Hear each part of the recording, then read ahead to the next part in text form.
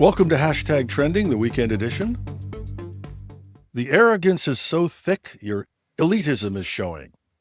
If only half of the shat you say is true, you're a liar. Who is this mental case? Get back to normal from the Twilight Zone. Couldn't grow a lemonade stand, even if we made lemonade for them. You are a real joke. You hobnob with elitist pigs. You're a moron. I think moron is spelt with an O.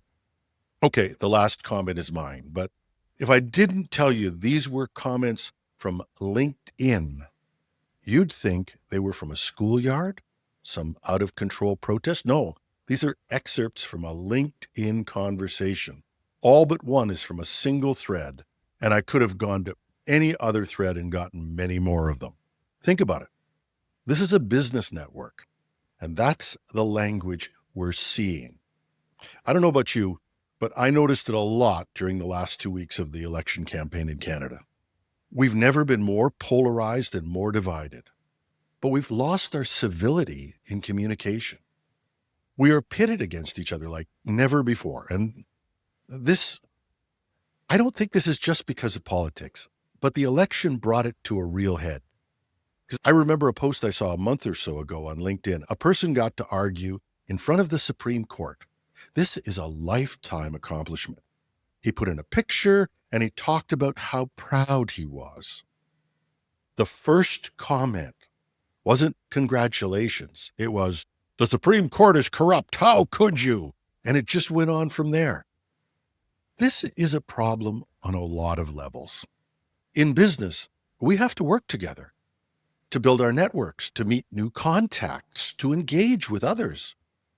And the next few years could be a rough ride in business, especially if the U.S. makes good on its threat to put tariffs on our goods and services. We're going to need to work together like never before. Passions run high, but as we face an uncertain future and enormous challenges and pressure from all sides, we have to come together somehow to, as I've said in this series, to get our mojo back. So how can we do that? That's our challenge. And frankly, some days it seems impossible. So I found somebody who I know knows how to deal with the impossible. Dave Howlett. Now, I met Dave more than 20 years ago. Dave is an unlikely guy, down to earth, easy to talk to. But when I first met him, he actually was a bit on the quiet side. Then the first time I heard him talk, I was just knocked out.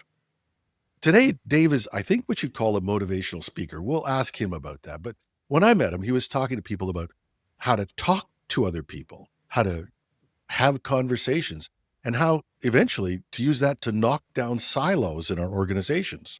And I was struck at what was in the heart of this. And over the years, he's developed this approach, and he's talking about how we can deal with conflict and differences in ideas, even passionate differences. And Dave's approach, I'll just get you ready for that now, is not theoretical or academic. He teaches a simple and powerful method that allows people to break through barriers and earn trust. You could use it for job interviews, sales leadership, culture, but I'll let him explain that.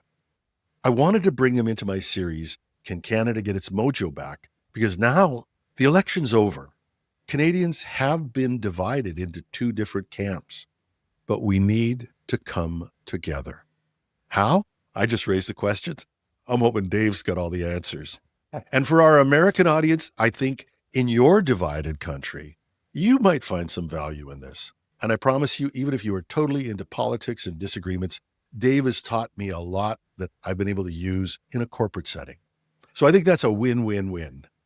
So I'd like to welcome our guest, Mr. Howlett. Can I call you Dave?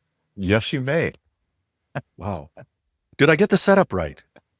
Yeah, it was a great setup. I always think, boy, I should get off the air now because that's the best I'm ever going to sound. As soon as I start talking, it's going downhill from here. You once told me, you said, the problem with putting anybody on a pedestal is there's only one thing they can do. You made me laugh with your comment about the guy arguing before the Supreme Court because I knew what was coming down that train track. Oh, yeah. Okay, so before we get into this big time, tell us, the audience, a little bit about you. I know you, so that's okay, but let's introduce you to the rest of the audience. Tell me a little bit about your past and who you are and how you became who you are. Sure. I'm a son of a military man, and I think that gave me a perspective that I've valued my entire life. My father was in the radar trade in the Canadian military. So I went to about 12 schools before I finished, before I went off to university. I lived in half the provinces in Canada in small radar bases. We lived in Europe for 2 tours and all that before I was turned 18. So I learned one thing early on, Jim, that is, despite the fact that we always want to think our group is great and their group is terrible, I've lived in a lot of different places, and I've met good and bad people in a lot of different places. I've met them in small towns. I've met them in big cities. So growing up, I started to understand that it really doesn't matter where you live or the group you're hanging out with. As your listeners will probably agree with me, there's all kinds in every group. All right.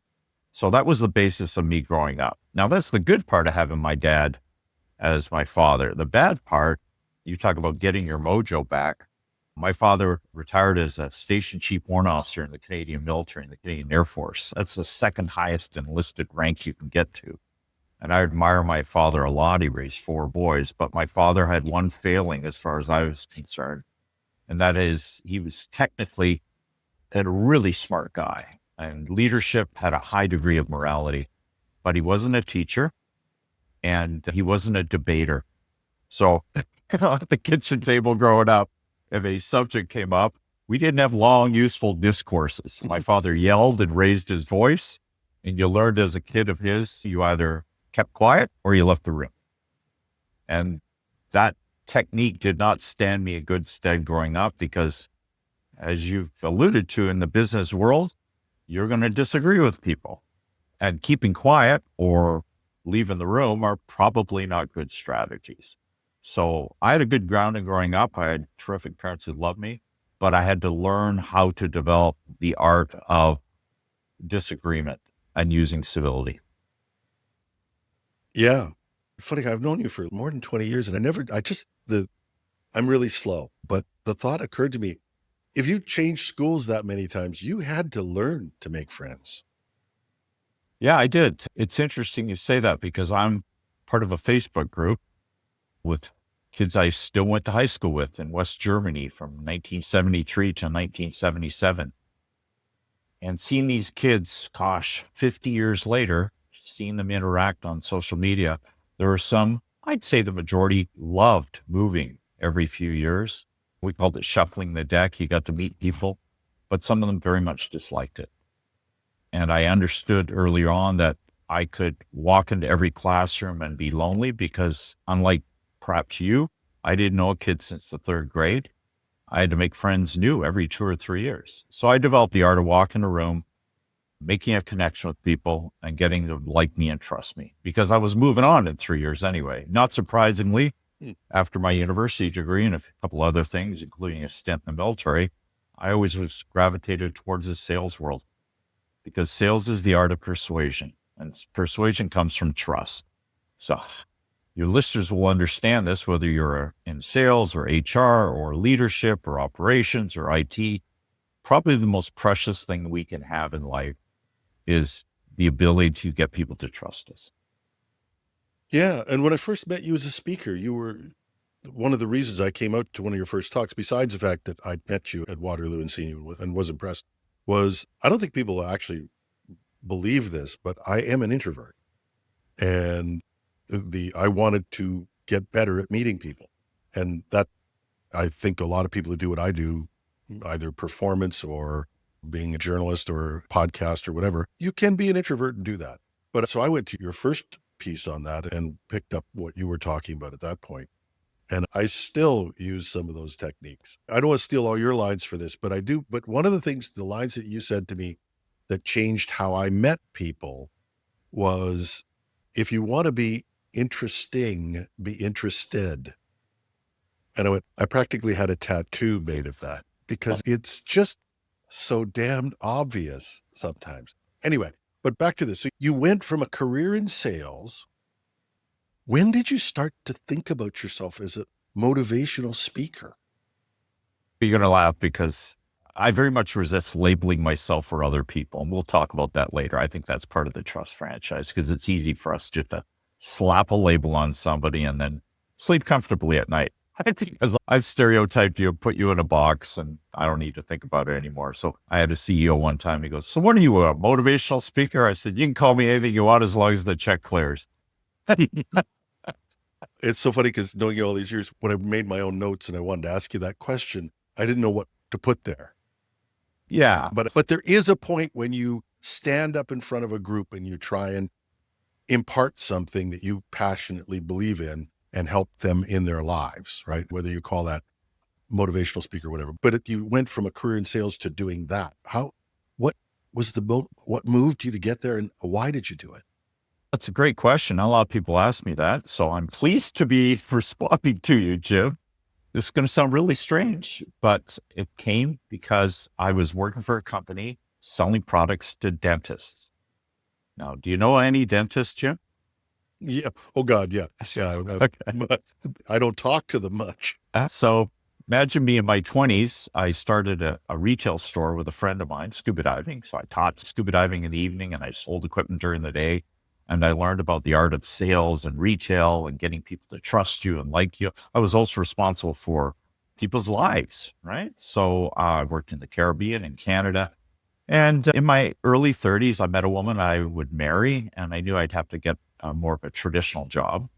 Because I had a science degree, I ended up working for a company that sold products to dentists. So I was a dental supply rep. And I remember the first dental office I walked into, Jim, I was selling anesthetic, that stuff that freezes you before you get a filling. And I said to the dentist, this is a new formulation. It'll freeze your patients faster because of the permeability across the membrane. Therefore, if you can freeze people faster, you could do probably 2 extra procedures in a day and increase your bottom line. And I thought that was a good pitch. And he looked at me like a cockroach. And he said, "I'm a dentist. I'm not a businessman."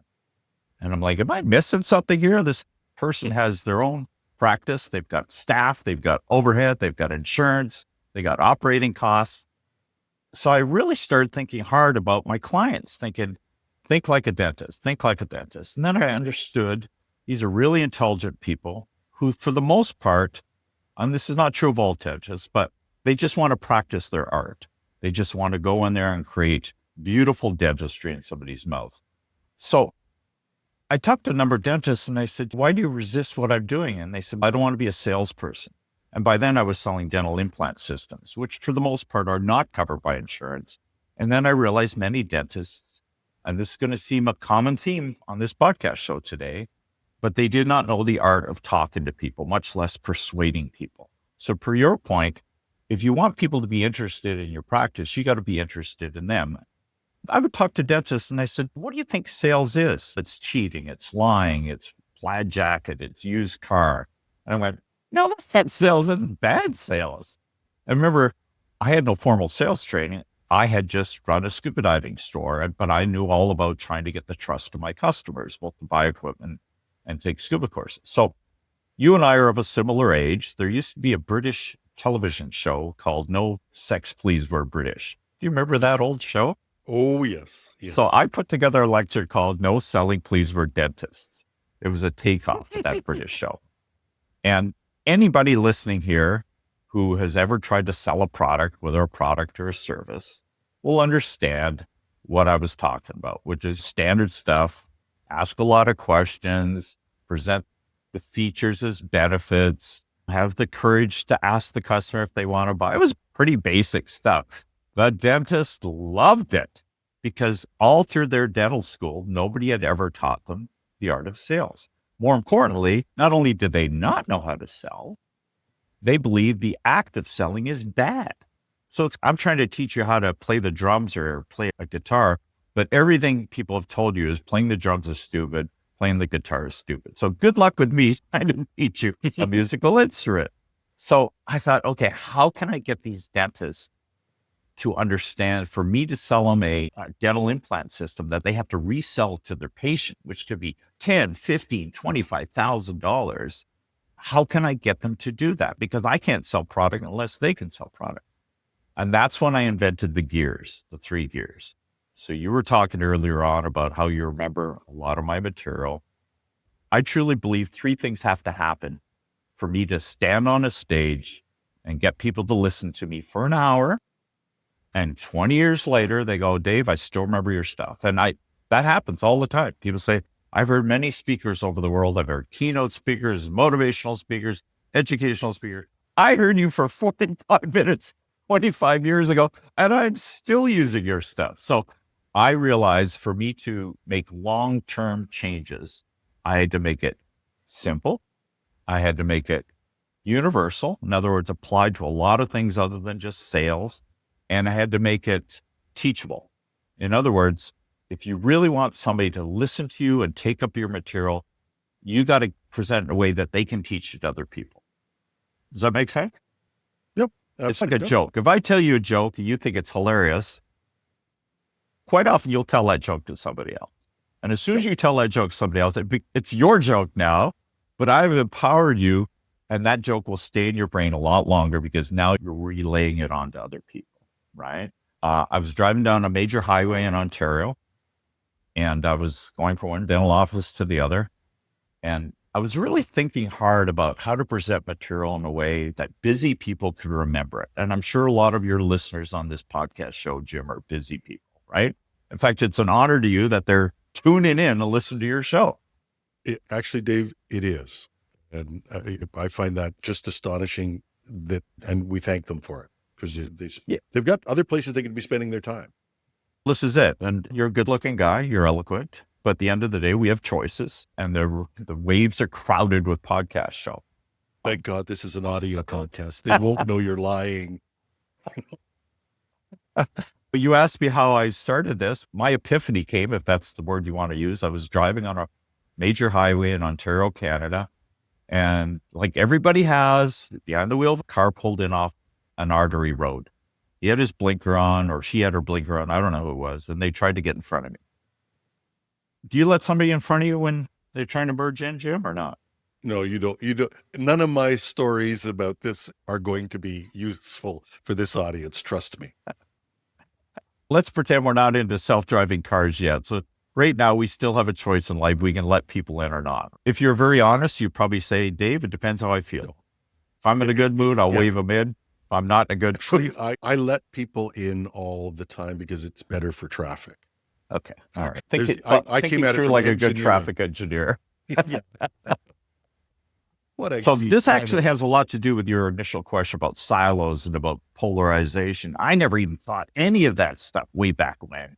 This is 25 years ago. I was just driving down the road, trying to sell products to dentists, and I hit on something that would allow me to be a professional speaker for the next 2.5 decades. And it came because a lady or a guy was trying to get in front of me in the car. I was in a pretty good mood. I'd made a couple sales. Things were going well. I was engaged to be married. So I gave them a little wave to get in front of me. They don't wave thank you. Ooh. And oh no. They didn't give you the wave? They didn't give you the wave, man. Didn't give you the wave. Oh. You want that wave. Oh yeah.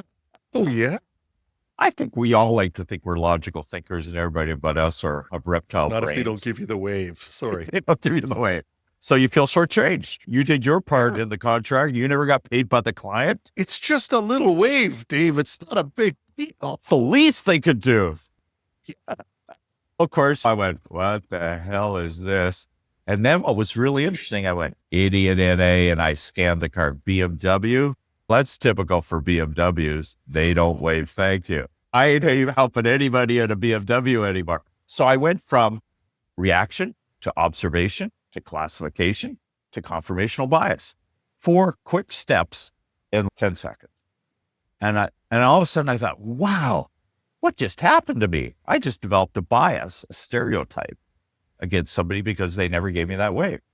I had to get some gas. I pulled over. I went and sat and had a coffee. And anybody who's Canadian or in the north of the U.S. will know about Tim Hortons. So it was a Tim Hortons coffee shop. And I started thinking about this. So this all came because I never got my wave. Why wouldn't somebody wave thank you? My first reaction is they're an idiot. They're selfish. They're entitled. They're privileged. I went through all these things, but I thought maybe they didn't see me. Or maybe that person's kid has cancer and they're away at the hospital and they're mindful of their child who has a medical illness, maybe life-threatening. And it's not about me. And why did you let him in anyway? Did you do it for a wave? And then I thought, no, I did it because it's the right thing to do. And my parents raised me to be a good guy. So I sat there with my pencil and I wrote down 1, 2, and 3. And gear 2 is you let somebody in and you want to wave. And that's how most of us operate in life. Economists would say we operate logically according to our incentive systems. So if you want to see how somebody behaves, look at how they get rewarded or how they get punished. Okay, so that's gear 2. Most people drive around in second gear. And I've spoken from Hong Kong to London, England, all across North America, the USA and Canada. Whenever I talk to any audience, Jim, and I go, you let them in, what do you want? They all yell out in their native language, I want the wave. Okay? Yeah. Yeah. It occurs to me that this is how you train your dog, though. Good point. That's actually very Pavlovian of you. Yeah, carrot and stick management is second gear. So when you say, Dave, you developed this art of getting along with people, it came from me on that highway going, most people are in second gear. Most people act rationally according to their lives. If you want to see why, and I'm not saying this is always the case, by why traditionally people vote conservative, tend to live in rural areas, second gear explains it. If you want to see why traditionally people live in urban areas, vote more to the left, second gear explains it. Because is one an idiot and the other one's not? No, they're both acting rationally according to how their reward systems. And you can extend that in a company. I go into companies where sales hates marketing, hates IT. Nobody likes HR and everybody hates that office. And they're all accusing the other group, or union hates management, or field office hates home office. And everybody hates the security person. It is the one uniting thing. Guy who runs a cybersecurity podcast. Yeah. It is the one thing that unites us all. We all hate those people who make us use passwords. But here's the really interesting part. So I think your listeners can understand second gear by now, right?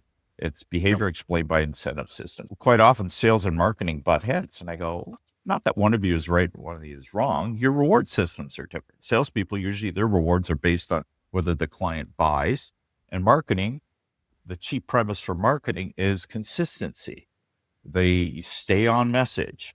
Don't mess with the PowerPoint. Don't change the colors, right? Whereas sales is, I'm going to change anything as long as I can get the customer to say yes. So you've got two departments in a company battling because their reward systems are different. Now, that doesn't mean they can't get along. That doesn't mean they can't contribute. But second gear is the starting point to accept the fact that sometimes when I argue with somebody and they're supporting a different political candidate than I am, rather than calling the person, as you would say, a moron, say, as Walt Whitman would say, replace a judgment with curiosity. Okay, so what's different about that person's incentive system that made them vote for Donald Trump and I voted for Kamala Harris? Okay, now that's a really interesting way to start off. And that creates a conversation, a space that doesn't mean necessarily you're going to change your mind about the candidate you prefer, but you go, oh, okay. Rather than they stereotype this person as a moron. If I was in their shoes, if I had their type of industry, if I lived in their part of the country, maybe I would vote for a different candidate too. Does that make sense? And just to be clear, I didn't call the person a moron. I just corrected their spelling, which was probably, I think that's more in first gear. All right. So let's, for the benefit of your listeners, let's talk about first and third gear. All right. So second gear, we can all agree is probably a starting point. Any parent out there who was listening to your podcast show has raised kids will all know about second gear, right? Carrots and sticks, carrots and sticks. You do this, you get a reward. You do this, you don't get your reward or you get punished. So everybody generally understands second gear. First gear is narrow self-interest behavior. First gear is me first, me second, anything left over, me again. And you can interpret that as selfishness or arrogance. Anybody who listening to your podcast show has a degree in psychology will know the whole concept of narcissism. In fact, there's a whole continual scale about narcissism. And there are very highly functioning narcissists who work in the business world. Basically, no hard feelings, but I'm going to step over top of you to get what I want. Yeah. So, in fact, one of the cruelest things we can say about people on the other side is they're selfish or they're arrogant. So first gear is not a compliment, but we've all been in first gear. I can tell you when you've been in first gear, Jim, is when, you said you let cars in on the highway. Great. Do you let the first car in? Sure, Jim lets the first one in. Do you let the second one in? Maybe not. Yeah, Do you let the third one some in? today. But he didn't give me the wave. Well, not even the wave. It's sooner or later No, you got I'm to move kidding. ahead in the But traffic yeah, too. but I'm predicting that guy won't give me the wave. I'm rationalizing my being in first gear. I'm sure nobody does that. Yeah. The interesting part about first gear is a bad side effect of my talk that I have to caution audiences or company employees against is they want to assign the gears to a person. Oh, that Jim Love, he's a first gear person. That Dave Howlett, he's a third gear person. Now, these are intentions, right? You can shift gears just like you can in a real vehicle, and you can go from third gear to first gear back and forth. I get hired by companies because they want to create a culture around third gear values. And we'll talk about third gear in a second, but that's extraordinary. But you never get a company of thousands of people all functioning as amazing people in third gear at the same time. No, at any one time, employees are going back and forth. I will tell you a big influencer, whether employees act with selfishness or with kindness, is leadership. That shouldn't surprise you. You've worked in the IT space for how many years? 40. Okay. So what would you say is the prime influencer of a culture of a company? Prime influencer, the culture of a company. I think it comes from the CEO, but culture, but culture is also written into companies. The company, it becomes part of it, so it even becomes greater than one person at one point. Absolutely. You talked earlier on when we were before the podcast about how you had a company that basically got driven into the ground because competition from another sector. I could tell you when I Those damned Americans. No, let's not sugarcoat this. I was being diplomatic, but hey, An American publisher drove us out of business. Yeah, there you go. Sorry, but I'm not bitter. No, but I went into Yes, a company one time and they had just been acquired and nobody knew if they were going to keep their job. Were people being altruistic and helping each other? No, it was every person for themselves. There was a lot of bad behavior on because people are frightened. And when you're frightened, you go back to Maslow's hierarchy, right? You go back to protection, you and yours, and that's it. It doesn't mean people don't act with empathy and kindness, but generally stress will make us move towards first gear. And that makes sense, right? It's just a biological survival thing, right? So first gear is narrow self-interest. First gear on a highway is very simple. Somebody start to merge in front of you. You don't look at them. You crawl really close to the bumper of the vehicle in front of you. You ignore them. And you don't let them merge in front of you. Or for the IT audience out there, first gear is that meeting you have where there's been a disaster and you come into the room and you can't see the scapegoat. So you think it's you. Yeah, no, you're absolutely right. And I love what you said earlier about starts with the CEO or the person at the top. I had a friend of mine work for Walmart one time. And I never forgot what he told me because I just said to him, what's the culture of Walmart, a company who has hundreds of thousands of employees? He goes, depends on the store manager. Yeah. I went, oh, that's really interesting. He said, yeah, it depends on the store manager. There are different cultures in Walmart. Depends who's running the store. And I'm thinking, yeah, you're absolutely right. So kids usually take their cues from the parents. And if the parents exemplify or demonstrate a certain gear, then you have permission to act the same way, kind of thing. And that makes sense, right? Yeah. My dad used to say, if you want to know what the culture of a school is, go meet the principal. Yeah. Yeah, absolutely. Now, I will tell you that first gear is not only an individual thing, it can be a group thing. We'll talk about groupism and tribalism and things like that later on, but benefit of your listeners, first gear can extend just to your group. IT is better than any other division because we're IT, right? We've got insights into a language and everybody else. But of course. So you get a group first gear, right? And not surprising, you see this extended to politics, to religion, even to sports. My team, right or wrong. Yep. You support our team or you're one of the outsiders.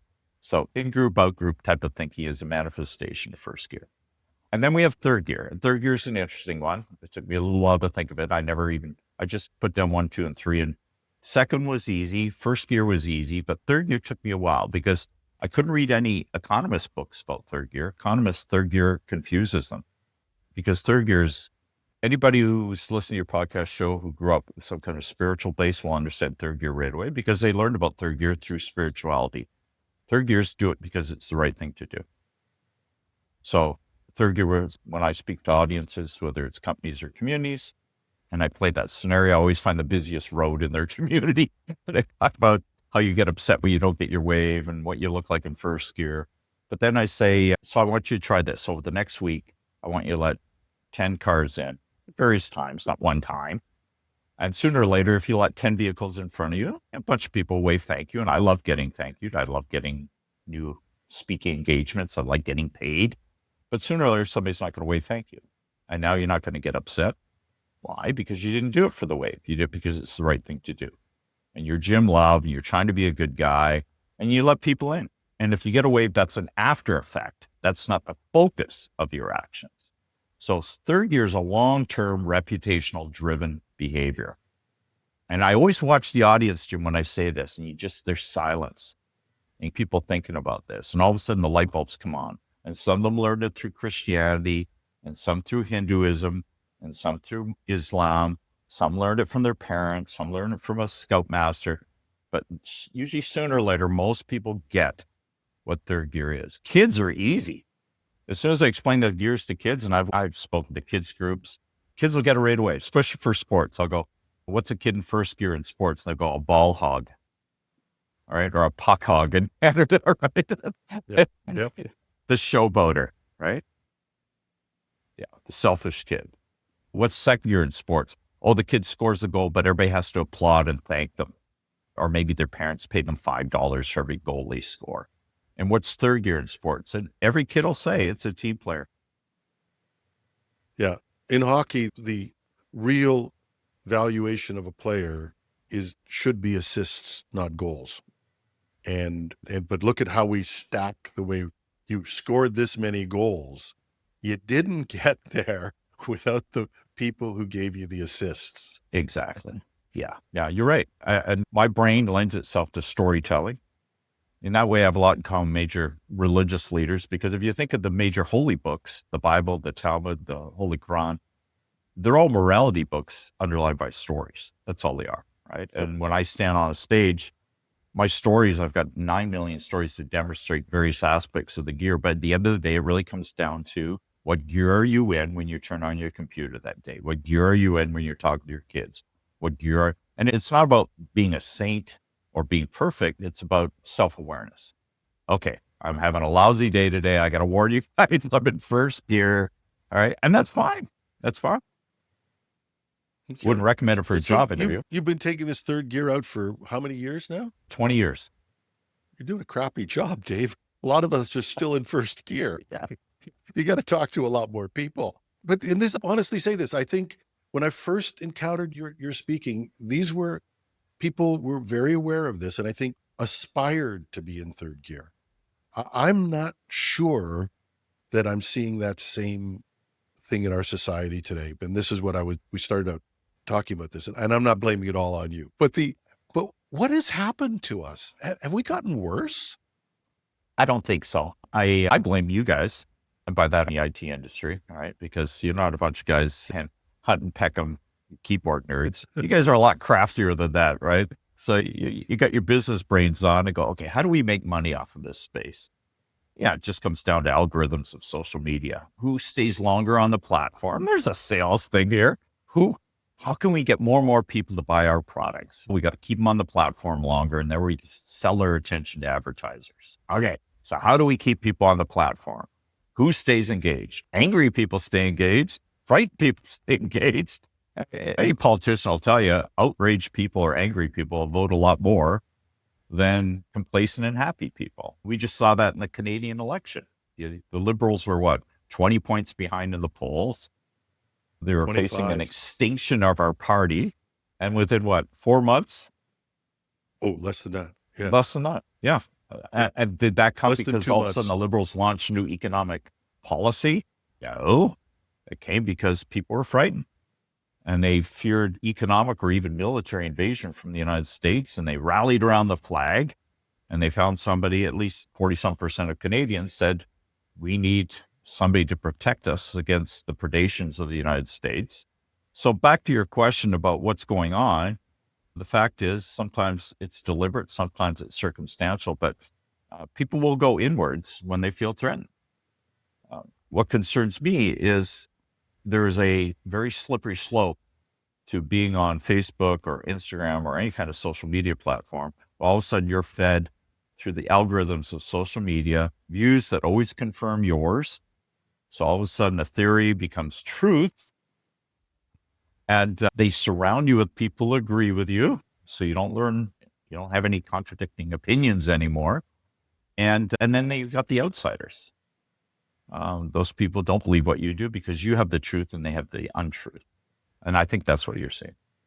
And I think to some extent we can say things, and I'll give you a bit of my analysis of this, is that there's one of the things that's happened is particularly in the US, and I think I'm going to say, and people are going to send me letters on this, but I think the Canadian conservative movement, there's a small group of people who are very frightened of the world that's coming to us, whether it's because they fear it being more diverse or whatever their fears are. And people play on those and they know how to manipulate those. And so we could put those people into one bucket. We could label them and put them off to the side, which you probably would say was a dumb idea. And I think you're right, because all of us have gotten this. And I've noticed it with me, especially. I used to be much more open to make sure I checked out various points of view.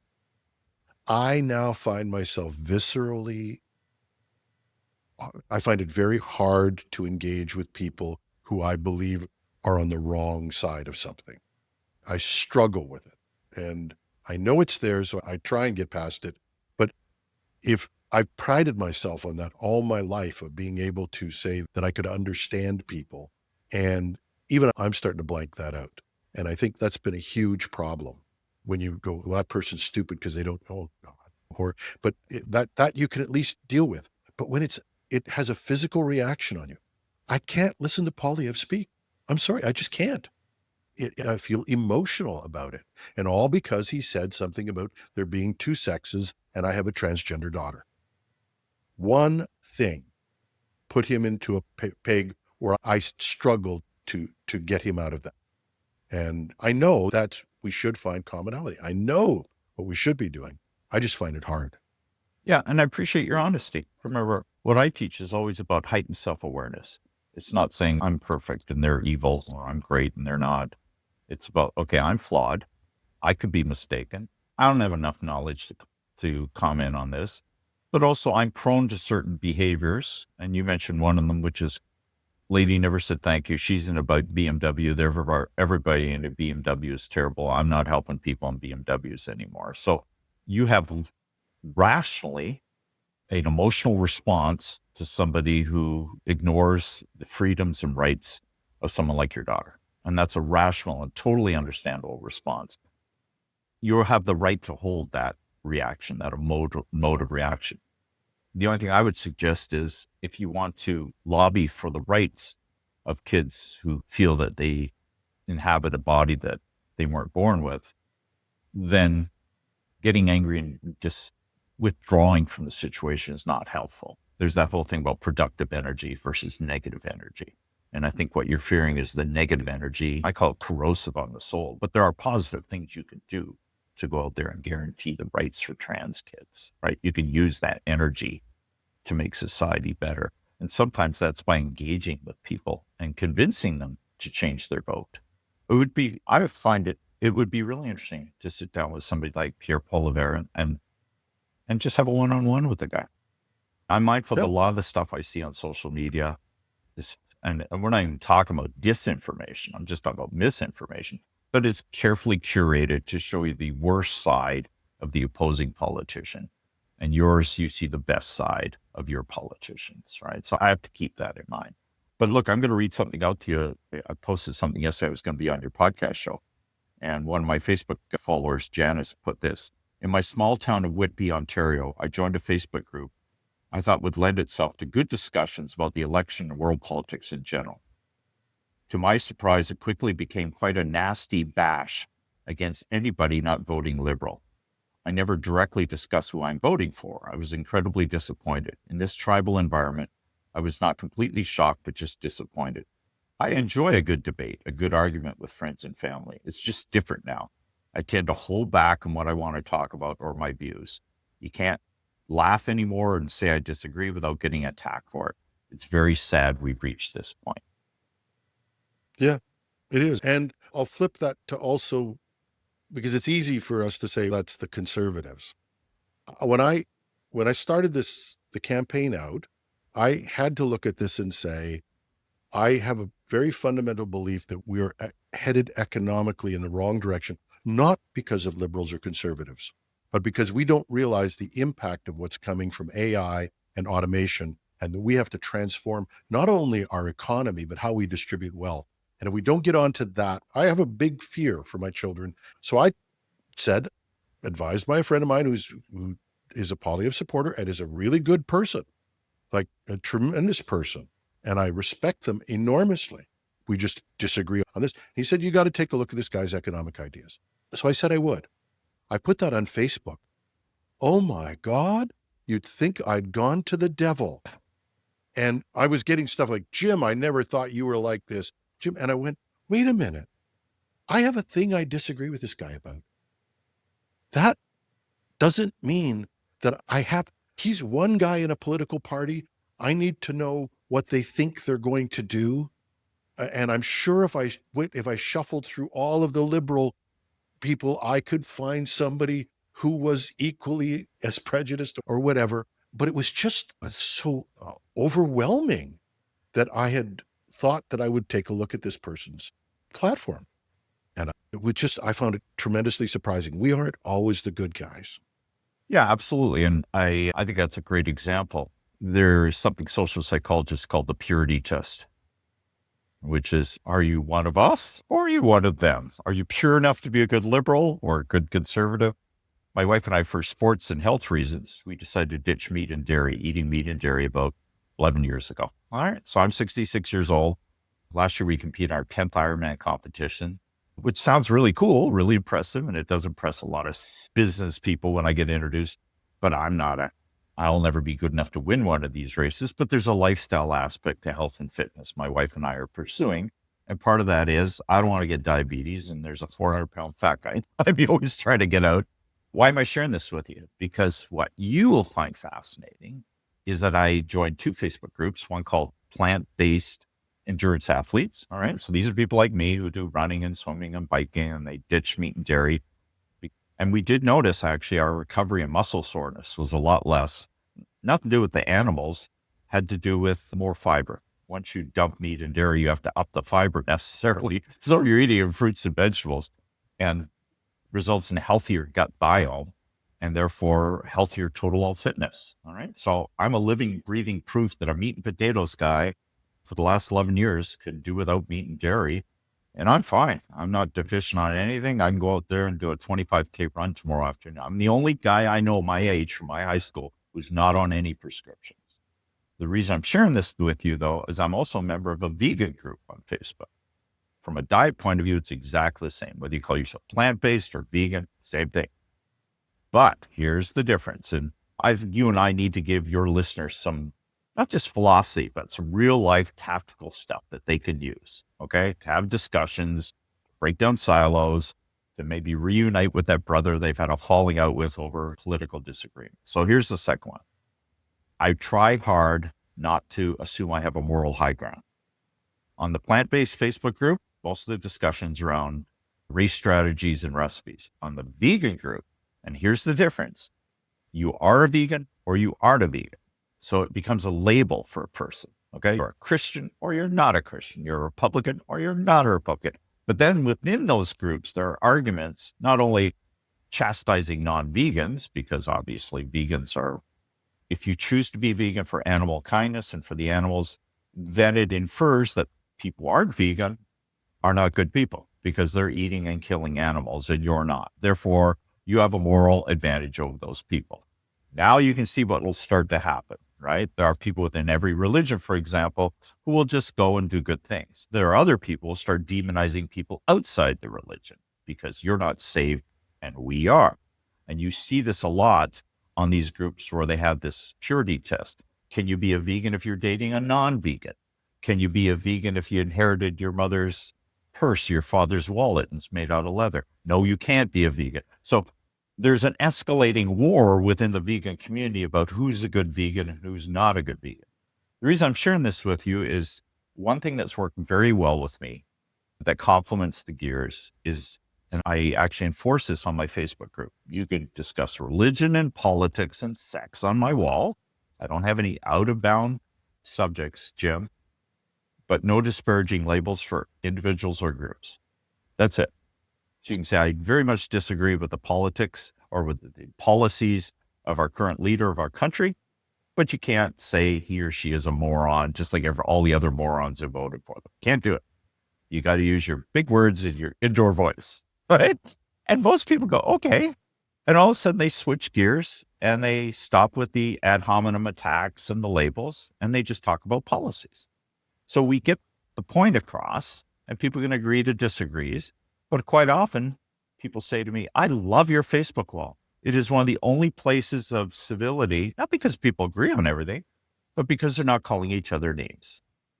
And I think just on a basic level, if you can get past those individual labels or group stereotypes, then we can accomplish a lot more. Yeah.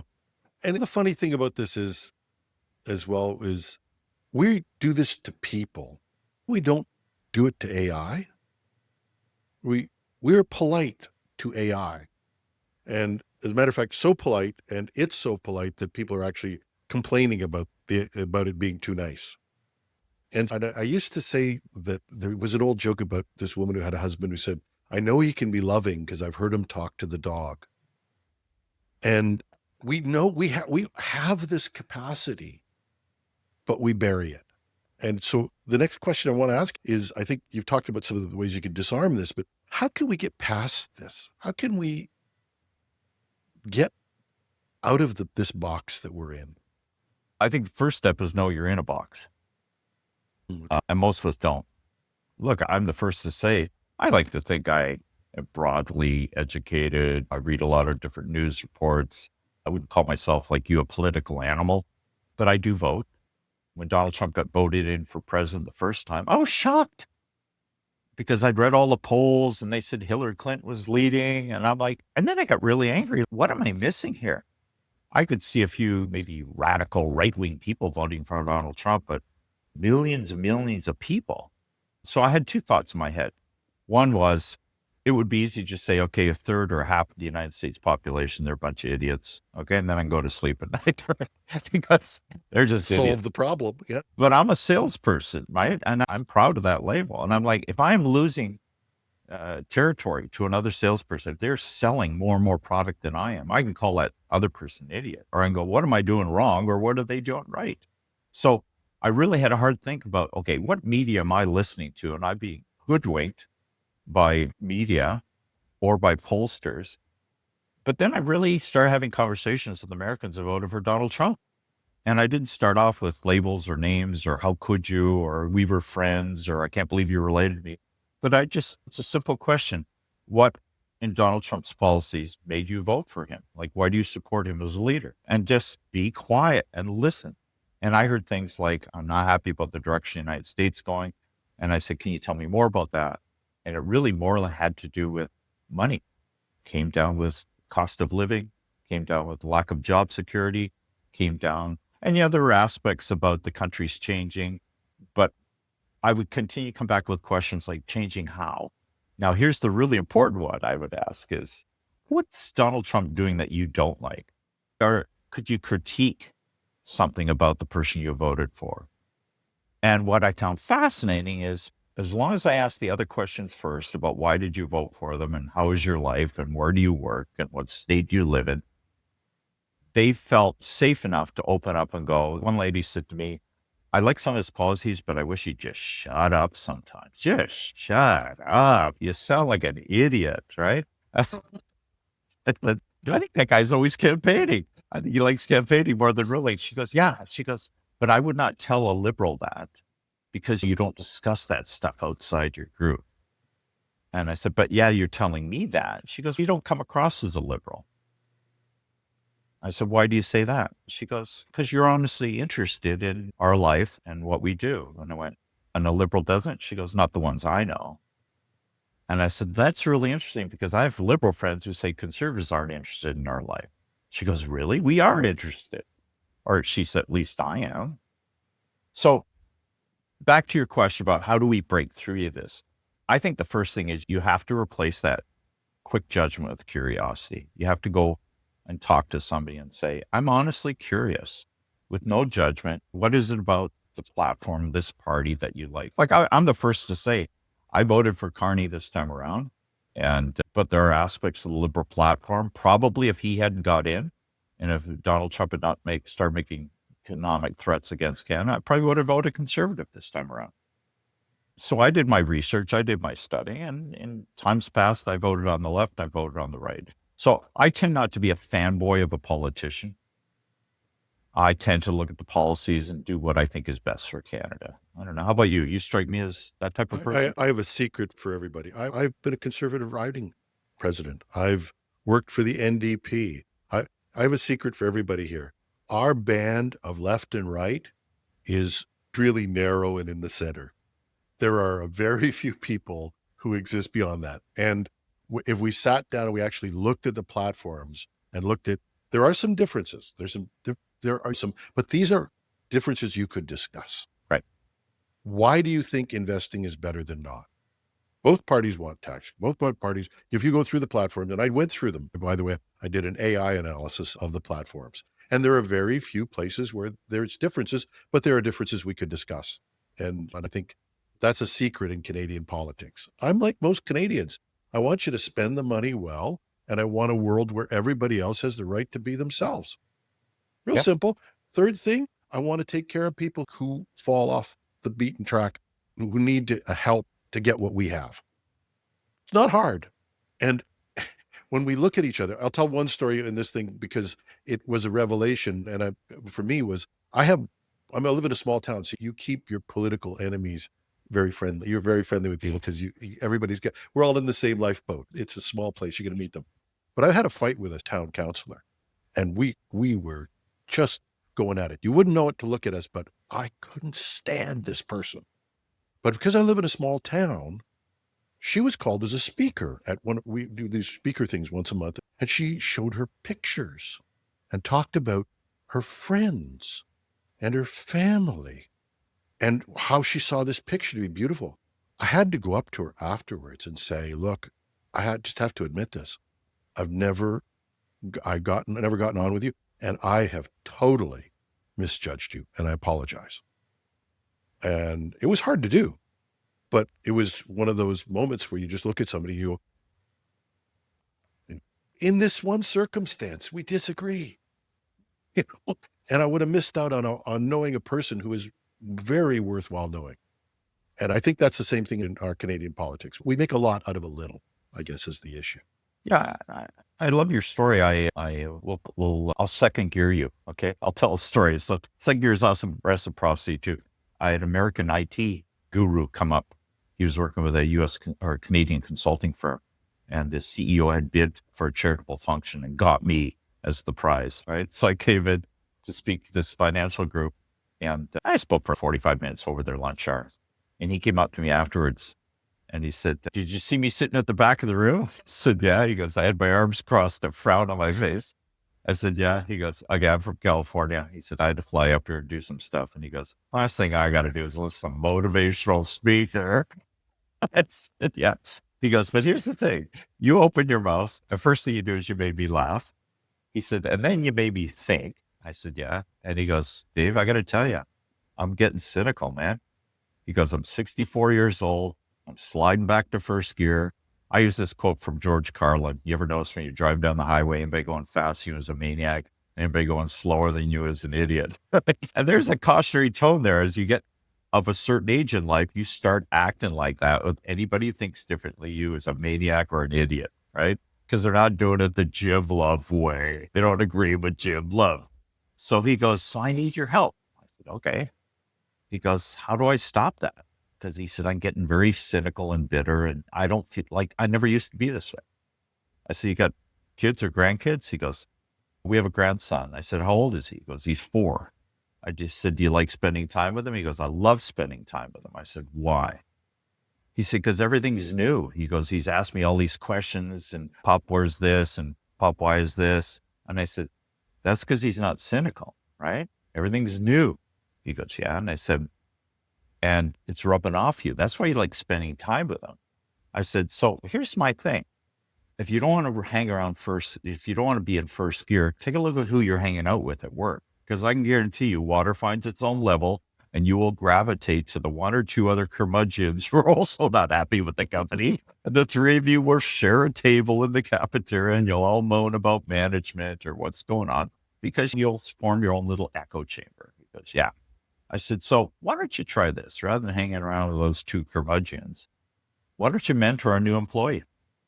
Maybe a 23-year-old who's just new to your industry, who's keen and eager, just like your grandchild, who's wide-eyed and bushy-tailed, and they're going to look at you as like the guru, but you will learn as much from them as they will from you because you could pass along some of your wisdom, but they can pass along some of their fresh enthusiasm. I said, you will both benefit back and forth. I still remember that conversation.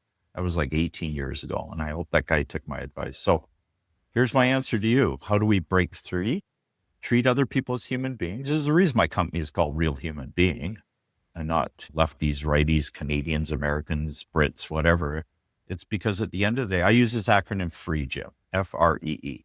We all want the same thing. We want food on the table, roof over our head, some education for our kids, and a little entertainment on the side, F-R-E-E, right? I have not met many people who don't want to have those 4 things. So focus on what we all have in common, and maybe the methods to get there may differ. But at the end of the day, we're all human beings, pretty well want the same thing.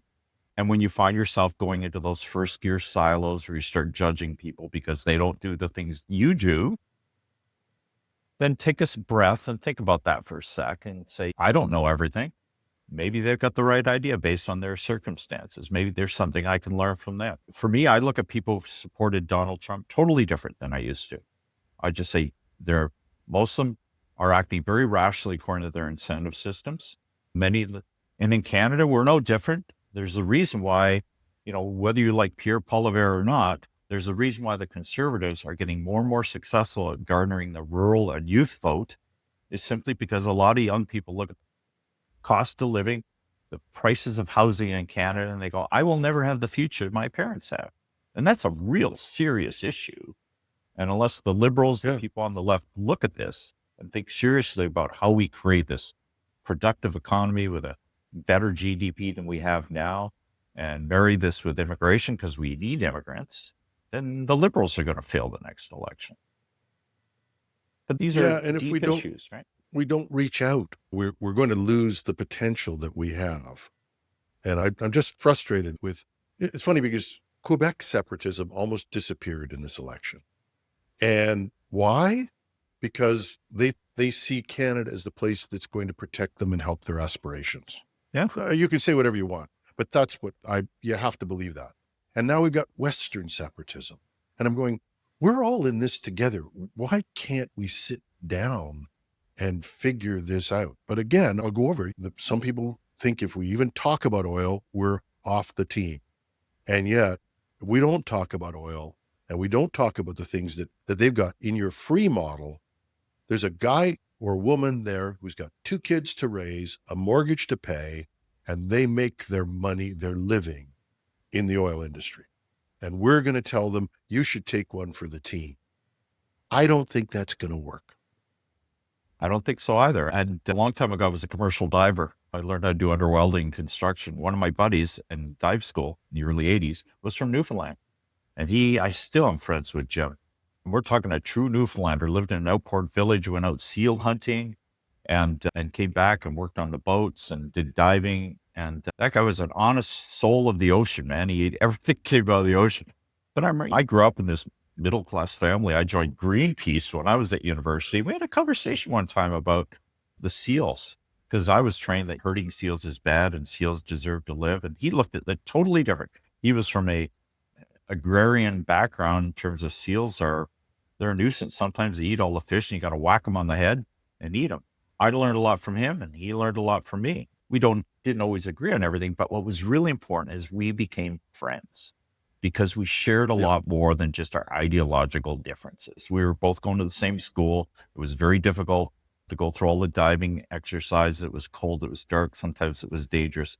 I have a book out. It's called How to Connect Like a Real Human Being. And one thing I teach in the book, it's available on Amazon, but I teach this acronym called Watch Your Weekend Challenge. And you've seen me do it with live audiences because I believe this can't be theoretical. I got to get Jim Love on his feet, talking to people in his company, in his community, and you got to make those connections. So I use this acronym called Watch Your Weekend Challenge, and it basically stands for complement, commonality, and challenge. And that's how you do it. That's how you reach out to that woman in Alberta. You pay her an honest and sincere compliment based on something she earned or something around her. You look for something you have in common with her. You got kids, I got kids. And then, of course, you always, and this comes from my sales training, you don't sell a product, you solve a problem. Find out what keeps them awake at night. Compliment, commonality, and challenge. And that, I've taught that for 20 years.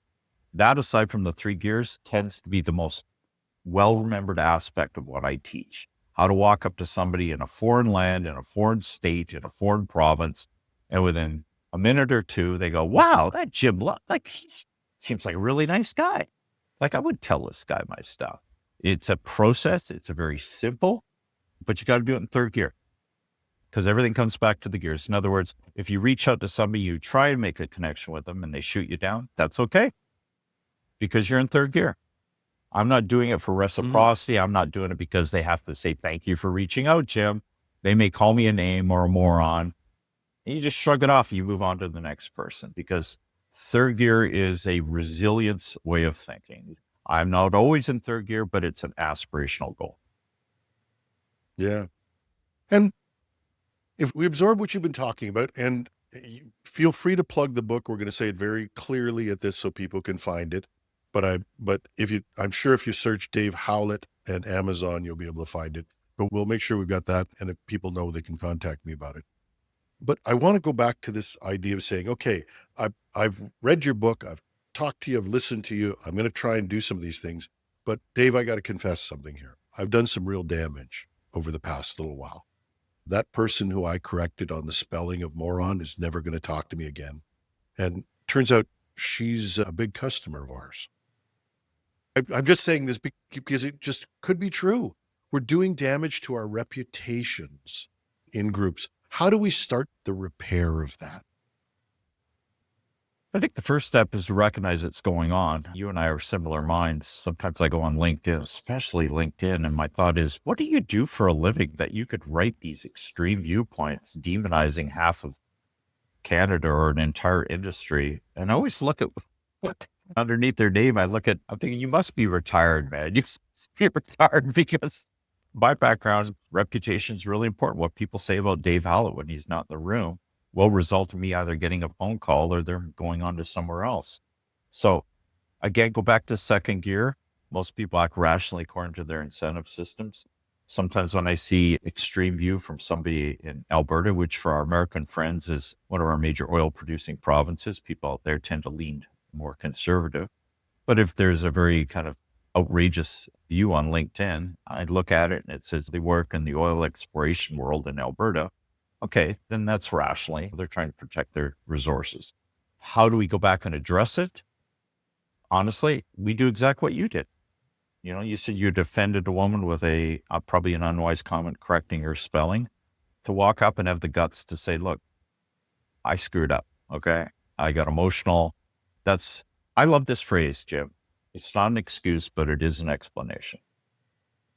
And that's a really interesting phrase. And I advise you to try that with the next person. Maybe you've become look, it's not an excuse, but it is an explanation. Like you, I'm very passionate about my views, and that's no excuse. Okay. I was disrespectful to you and I should have listened more, and I apologize. Yeah. And I think that's all we can do at the end of the day. The 3 words men can't say, I was wrong. Yeah.